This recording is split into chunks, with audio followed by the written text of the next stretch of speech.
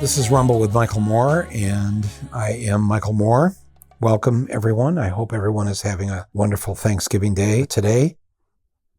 Today actually is one of these Thanksgivings that have occurred in my lifetime. I've been invited to a few people's homes for dinner tonight, but I decided that I was going to spend this day by myself. And I'm going to do it again tomorrow. I'm going to take 2 days to reflect, restore. I'll let you know how it goes, but I think I'm going to make it 2 days. I'm going to do it today and tomorrow. And I guess what I wanted to say to you here on Thanksgiving, and what I would do is give some thanks to various people or groups or things that I just want to acknowledge. Things, currently in my life, your life, other people's lives, maybe things from the past that I'm grateful for. I love the word gratitude. I love that word. I love what it means. And we probably, all of us, don't show it enough to the people who do even sometimes the smallest things for us or with us, what they mean to us in our lives, and the gratitude that we have for that. There's a certain weight to that word, gratitude.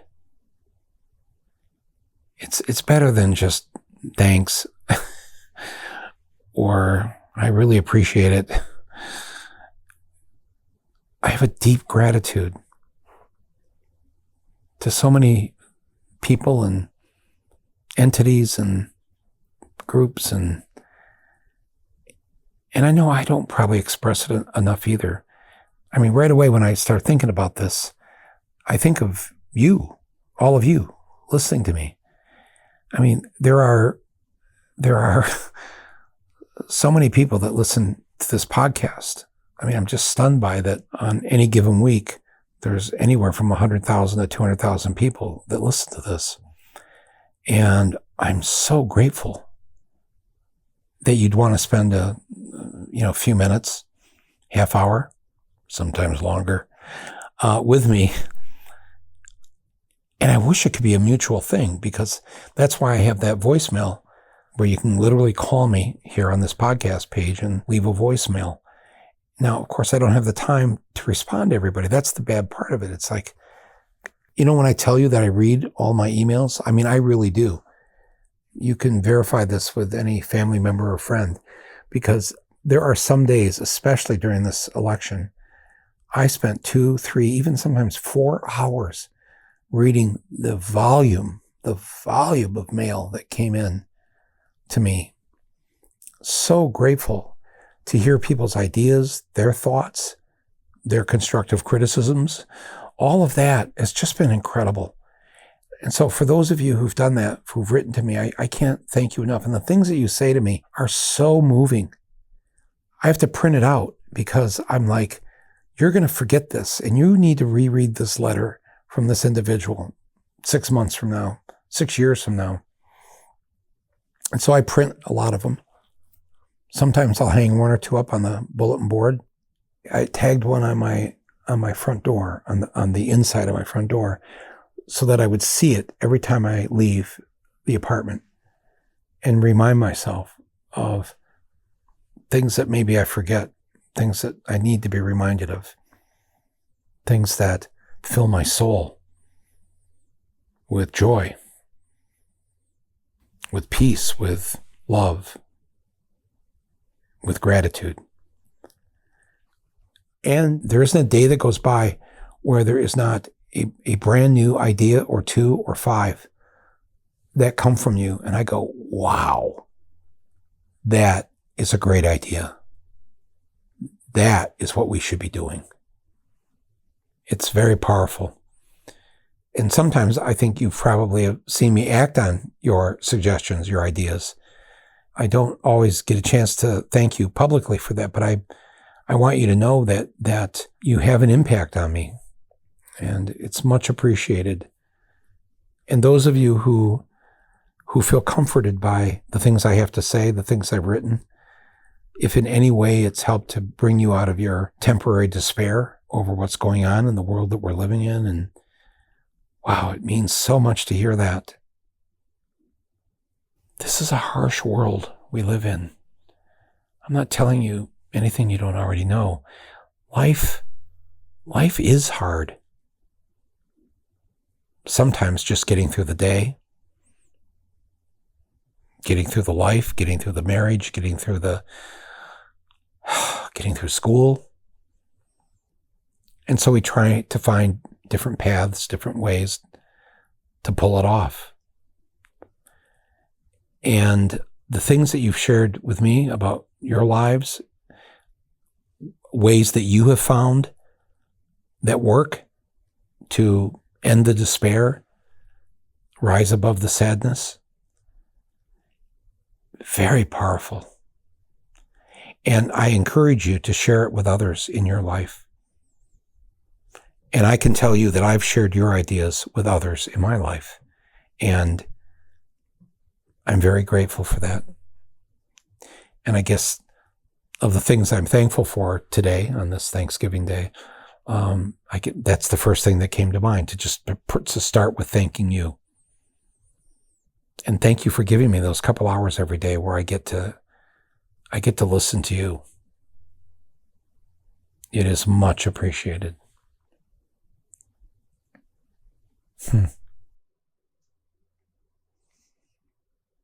So before we continue, I want to thank the underwriter for today's episode of Rumble, and that's National Geographic Documentary Films and Picturehouse and their new film, The Territory.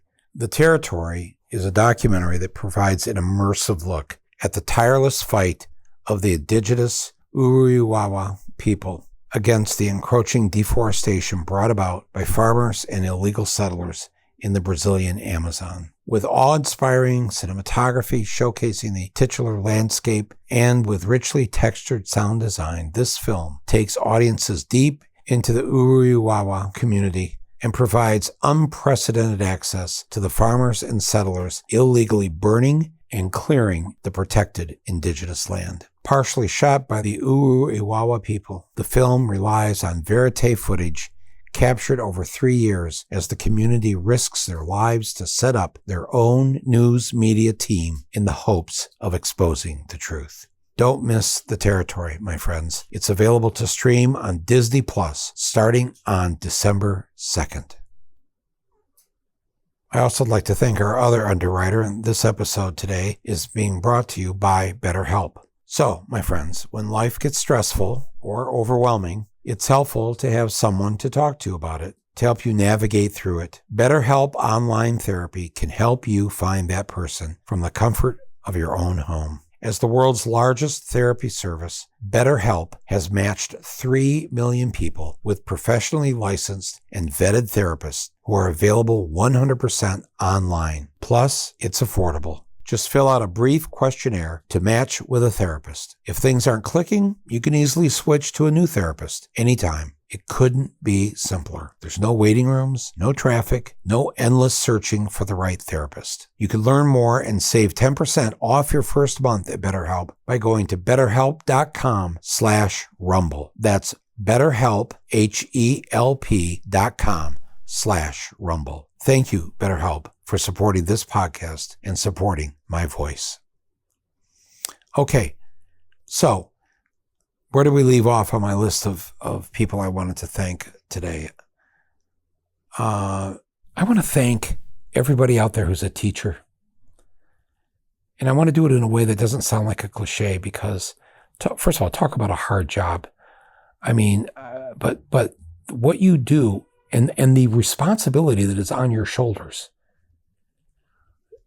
to make sure we don't end up in an idiocracy, a movie that has just felt even more and more prophetic as we've gone through these last few years. But we can't risk having even one generation be in a place where they just don't know what the hell's going on. And they don't know how to work their way out of the box. And teachers, this is your job. It is your duty. You've chosen to do it. I can't thank you enough for that.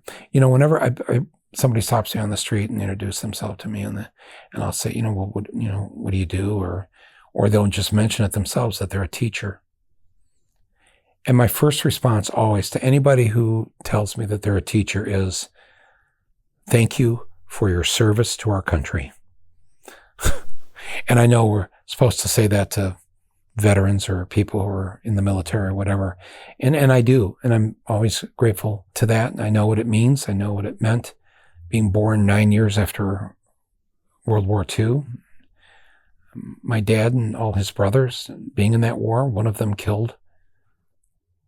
So for those of you teachers who are helping to guide young people and educate them and get them to read books and get them to be critical thinkers, challenge them to challenge you. The teachers who do that, you are preserving the democracy. And I thank you for that. And I do. And when I say I thank you for your service to our country, if we didn't have you and those of you who go that extra mile, as bad a shape as we think we're in, we'd be in much worse shape right now. And the teachers that I had, man, I was so lucky from the get-go. Mrs. Clay at Updegraft Kindergarten, my kindergarten teacher. Oh my God.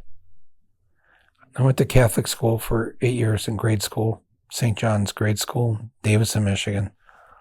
And man, so many, those nuns were great. They were smart and they were funny and they were loving. And I know we make a lot of jokes about the nuns who got the ruler out and cracked you over the knuckles and all that. Well, that was maybe 20% of them. The other 80% were not that way. We had the singing nun. We had the hippie nun. We had the nun that's left being a nun and went and married the priest in the parish, which was cool. And then they went and spent the rest of their life working with the poor in downtown Flint. Kept their vows of poverty, essentially, to continue doing the work they were doing as a priest and a nun. It's very powerful. Very powerful to have those experiences. We had a couple of hippie priests over the years. The hippie priest was the priest, when you had to line up and go to confession. And this back in the days when the parish would have two priests. And you had the older, more conservative priest who your penance would be just, you'd have to say 10 rosaries or something. And the hippie priest would just say, go out and do good. Have a nice day. So you try to get the hippie priest to tell your sins to. But all of those teachers at St. John's and then in high school, the debate teacher, that was one of the greatest things I ever took. And it wasn't just an after-school activity, it was a class. The drama teacher, the same thing. Drama was a class, not an after-school extracurricular thing. Theater was treated in the public school I went to with that kind of respect. My government teachers, oh my God, they were fantastic. The Vietnam War was going on.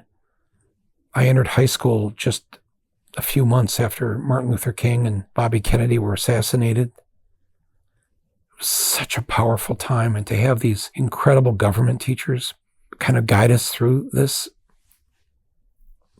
I remember the day after the Kent State murders, Kent State campus in Ohio, the National Guard gunned down unarmed students, some of whom weren't even part of the protest. I was so affected by this. I got out my notebook, spiral, notebook, and he's teaching the government class. And I just started, at that point in the war, I think we'd lost maybe 30,000 or so soldiers and maybe 1 million or 2 Vietnamese, Southeast Asians. And I started drawing little crosses like that you'd put in a cemetery. And every now and then a Star of David or what is that? Not like the quarter moon or whatever for the Muslim faith. Page after page was essentially a large cemetery of the dead. I'm just talking about the American dead, not the grotesque number of Vietnamese that we slaughtered. And I wasn't paying any attention to the teacher, and I just kept drawing cross after cross after cross after cross after cross after cross after cross. My goal was to get up to 30,000 crosses in this spiral notebook. And at one point he stopped and he said, "Mike, what are you doing?" I said, I'm going to draw a cross or one of the other religious symbols for every boy we've sent over there to die for no reason. And now we've killed students here in the U.S. who are protesting, trying to stop that war. And of course, instead of punishing me because he was such a good government teacher, he said, "That's incredible. Just keep doing it." It took me 3 or 4 days of me sitting in that class and at home at night, creating this cemetery book for the dead. And at the end, on the last page, I put, "Now times this by 30,000 times whatever I put." That would equal the 2 million Vietnamese and Cambodians and Laotians that we killed. My English teachers, oh my God. One of them wrote me last week. Oh my God, she was incredible. I can mention her name, right? She was Miss Biagini. They had not invented Ms. yet. So she was reading the tsunami Substacks here from the election. Her and Mr. Hardy, the writing skills I have are in large part greatly in debt to them. So I'm grateful to my teachers, all of them, for being supportive of me and teaching me things I didn't know and getting me to read books I didn't know anything about. And to all of you who are teachers who do that on this Thanksgiving Day, I offer you great, great thanks and gratitude. I was thinking today that I want to thank Joe Biden. I didn't want Joe Biden to be president. I was out there working for Bernie, going to different states, and those are my politics. That's who I wanted in the White House. When it came time and when we had to vote between Biden and Trump, I don't have to explain to you who I voted for. But I did so not hoping that, much would come of it other than he wouldn't be Trump and, he would be cruel like Trump would be. And so we were going to now enter an era of having a leader that wasn't cruel to his citizens. But I have to tell you, I've just been so amazed at the things that Biden has pulled off. And believe me, you've heard it from me. I'm full of criticism too. I don't appreciate a lot of what's happened. I don't like what he decided to necessarily go for of what we could get through and passed as legislation and the things that he just dropped. There's so many things we need strong leadership to fight for, to get a Senate elected that is going to pass these things, to get rid of the filibuster, to get rid of, to have a real democracy. But there have been these things that Biden has done and one of them happened last week. And I want to point this out because on this Thanksgiving Day, I want to think about and remember those who have stood bravely for peace. And I don't know what it is about Biden. It could just be that he's had these incredible losses and tragedies in his life, that he gave up lost a son who was in the reserves or the National Guard or whatever in Delaware while he was Attorney General and went over to Iraq and Afghanistan. Ended up with brain cancer, as a lot of our soldiers have ended up with various diseases from the way we were doing things over there, and died. But a week or so ago, All of a sudden, bulletins on all the newscasts and breaking news.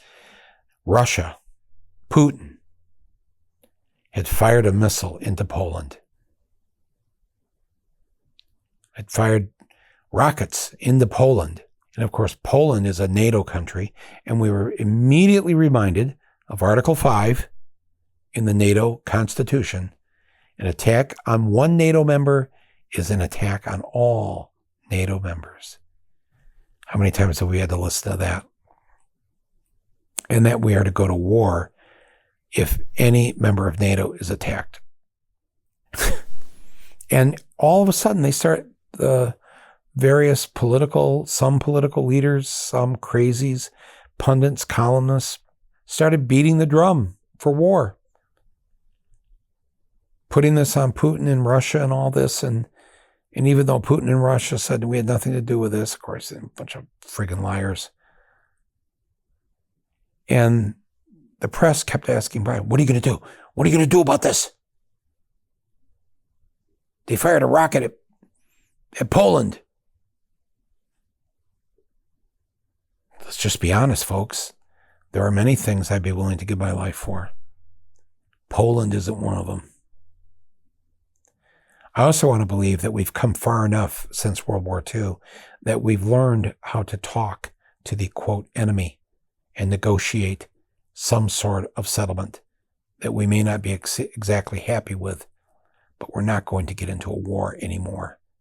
No more war. That's it. That's got to be the position. Unless we're actually attacked and we have to defend ourselves, truly defend ourselves. Okay, I understand. But that's not what this was. This was one missile fired, I don't know, what was it, half a mile, 2 miles into Poland? And sadly, it killed 2 Polish people. Russia did it. And finally, when they nailed Biden down to give us an answer, like what answer? Like, when are we going to war with Russia?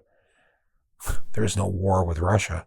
The war with Russia, that's only one war, probably only one battle, and that's the end of most of the world. Yet people talk about that like it's a possibility. And Biden said, well, let's just hold on, everybody. Let's just get the facts. Let's see what happened. We're going to investigate this. Investigate this? God damn it. Putin fired a missile at a NATO member. Let's just... There goes Sleepy Joe again. Not moving fast enough. Well, you know the end of the story, right? Of course. He slowed it all down. He refused to participate in the saber rattling, the rhetoric of let's punish Russia. There has to be a response. And then he had all the national security agencies look at the satellite footage, look at a whole bunch of things, and then come to the truth that Russia did not fire a rocket into Poland. It was a rocket from Ukraine. Not that Ukraine was attacking Poland. They were firing anti-aircraft and anti-missile missiles to blow up the missile while it's on its way into Ukraine, because, of course, the Russians were bombing the civilian population and killing many Ukrainians. And they were trying to stop it. They were trying to defend themselves. But in defending themselves, a missile went awry and ended up in Poland and killing 2 Poles. But because Biden, unlike if we had had a different kind of president, was in no rush to be the big man with the big gun, by slowing it all down and by getting to the truth, there was no military conflict between NATO and Russia. I want to thank Joe Biden here on Thanksgiving Day for not doing what others wanted him to do, what they would do themselves, and to once again be rational and reasonable and slow to make sure that we did not blow up this world. Thank you, President Biden. Is it wrong to thank Liz Cheney? I know. You know, she stands for so many things that are so bad. But I've always loved this kind of question. What if a person does 9 bad things, but the 10th thing they do is remarkable? What do you do with that? She did something remarkable this year. She not only opposed what her party was doing, what Trump was doing, she then joined in with the other party to participate in and conduct an investigation. Wow. I mean, and everything she said, every wrap-up she would give on that January 6th panel was so brilliant. I know a lot of you agree with me, but we can't really say it out loud, right? Because it's Liz Cheney. I mean, her dad, jeez. Much of what we blame W for, it was her dad's idea. So it's Thanksgiving. We're supposed to love our enemies, right? I mean, ultimately, that is the way we end hate and war and violence. And so I give thanks to Liz Cheney on this day for what she did this year. And I think that she might have depressed enough thousands of Republicans. They're voting. They either stayed home or they voted for the Democrat on the ballot, or they voted but they wouldn't vote for the goofy, nutty Republican who was an election denier. She did that. And I think if we're decent people, we have to acknowledge it and thank her for it. Dr. Fauci yesterday gave his last report to the country. He's all done now. He's retiring. I think he's still going to be involved some ways, but man, thank you. 1 million Americans died. Millions around the world died. And you jumped right in spite of the fact that Trump hated you. We thought Trump would fire you any day, like you were that close, and you just kept it going. I'm sorry for the people that don't understand you or don't understand vaccines and were too afraid and took a position that I don't understand. A lot of lives were saved. There are people alive today because of Dr. Fauci. And I think they and I hope most of you thank him for that. Please don't write me letters about how this vaccine has killed over 1 million people or whatever you're going to say. I believe in science, not nutty conspiracies. You are absolutely right to question everything, especially the pharmaceutical companies. So I do not fault you for that. But I worry how many people listen to you and now are dead because they didn't get the vaccine, they didn't get the booster. Somehow you're going to have to live with that. Don't write me, please. I want to thank all the people that help us laugh. You know, this has been such a great time for comedy, you know, with Stephen Colbert and Bill Maher, John Oliver, Seth Meyers. They're not necessarily everybody's comedian. There's things that they say that you won't agree with, that you don't like. You don't think it's funny. I get it. That's okay. But there's just so many. Trevor Noah. I mean, I'm going to leave people out now, but we've needed, all of us, a good laugh right now. And we've got that thanks to these comedians on TV. I thank them for that. I've needed it. I've appreciated it. I've only done James Corden's show once. I did that last year, and it was such a pleasure. Sorry to see him go. Thank you, all of you. Jimmy Fallon. I mean, just, again, I'm leaving people out, but thank you. I'd like to thank my next door neighbors in Michigan and in New York. I live around good people. I love having them as neighbors. You know who you are. I'm not going to out you to a few million people here, but thank you for being my neighbor. It's nice to see you.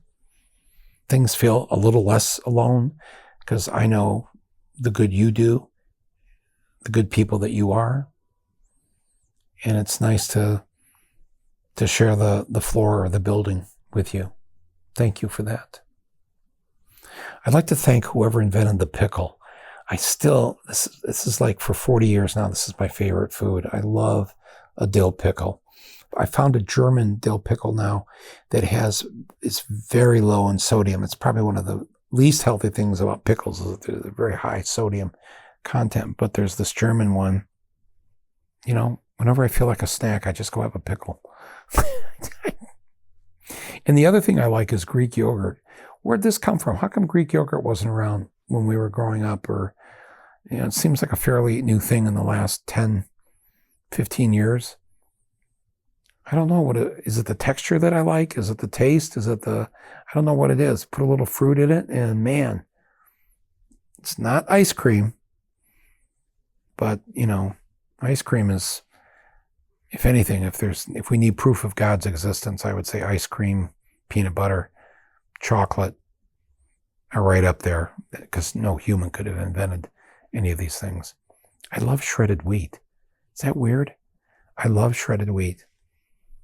I had a good friend and she would take the old school shredded wheat, you know, the big biscuit-like things, and she would just crush it in her hand and it would fall into the bowl.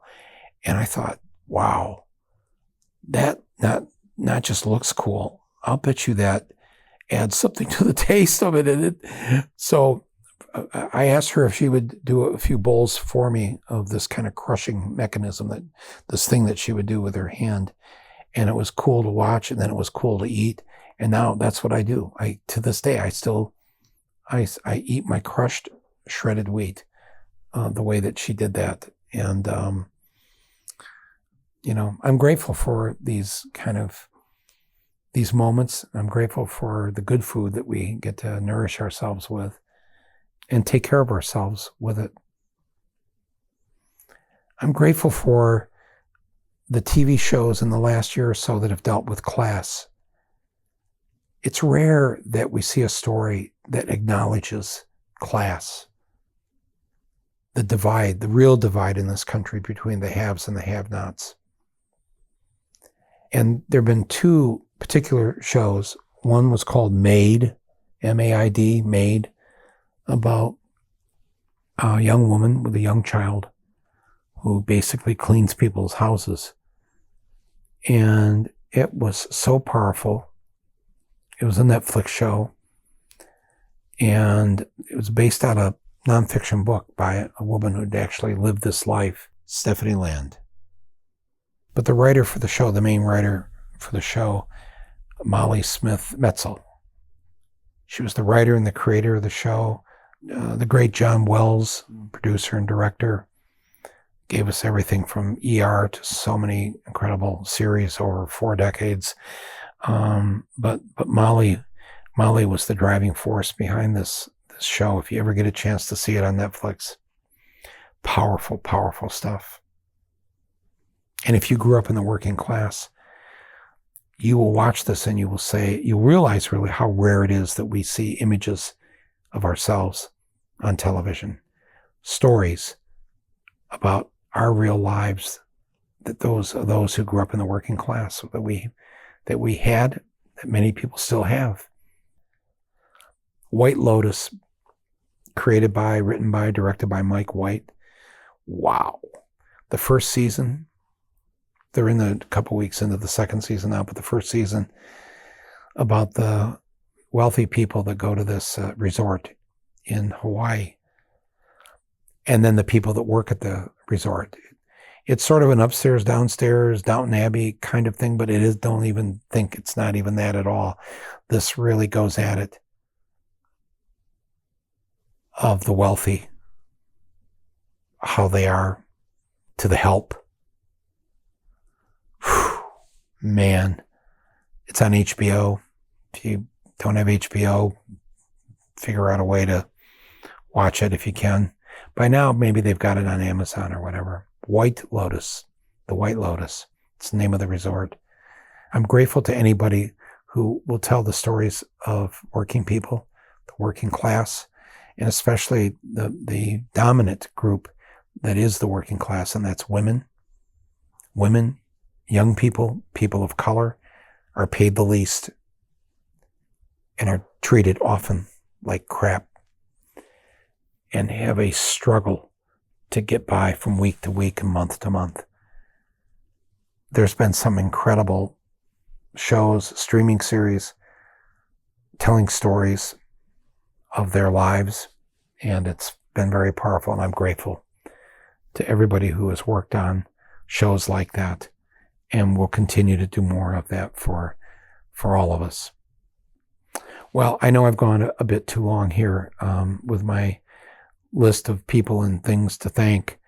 It's probably triggered a lot of ideas in your heads of who you'd like to thank. So drop me a note. I'd love to hear to whom you'd like to express your gratitude. You can write me at mike@michaelmoore.com, Mike, M-I-K-E, @michaelmoore.com, or you can leave a voicemail here on the podcast page, or you can do your own. You could do your own podcast. You could write your own blog. You could share it with others. It's a good day to do that. Maybe it's just a day where there's just one person in your life or one person from your past that you want to let them know that you haven't forgotten them, that they've had an incredible impact on your life. And on this day, you wanted to thank them. It's a good idea. And I'm privileged to be able to have taken this time to tell you about the things that I'm grateful for in my life. There's so much more. And there's so much work left to do. So let's do that work. Let's do it together. Let's have fun doing it. Let's be good to each other. Let's thank those who are really putting themselves out there to try to fix this country, to make it a better place, to try to save this planet and the people on it, all living things on it. I want to thank my producer and my editor, Angela Vargos, who stood with me during the entire election season here to get out the vote. Much, much gratitude to Angela for the work that she did on both this podcast and my Substack.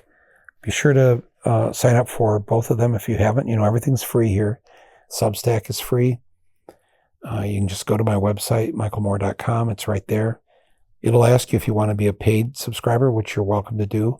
All of that goes to help the work that we're doing, both in terms of paying staff, doing research, and everything else that's involved with running an operation like this. So thank you if you're a paid subscriber. If you'd like to give a gift subscription to my Substack, that would be great. Please do that. It's a good way to expose other people to some of the things that we're all talking about here on my Substack. Just go to any one of my Substacks, or the last one here, you'll see a button that says gift subscription. That'd be cool. Thank you for that. And so until we talk again, I'll have another Substack or two out, finishing up through this election, which isn't really over yet. So look for that in the coming days. In the meantime, be good to yourself and to others, and enjoy this day as best you can. Be well. Thank you. This is Michael Moore, and this is Rumble.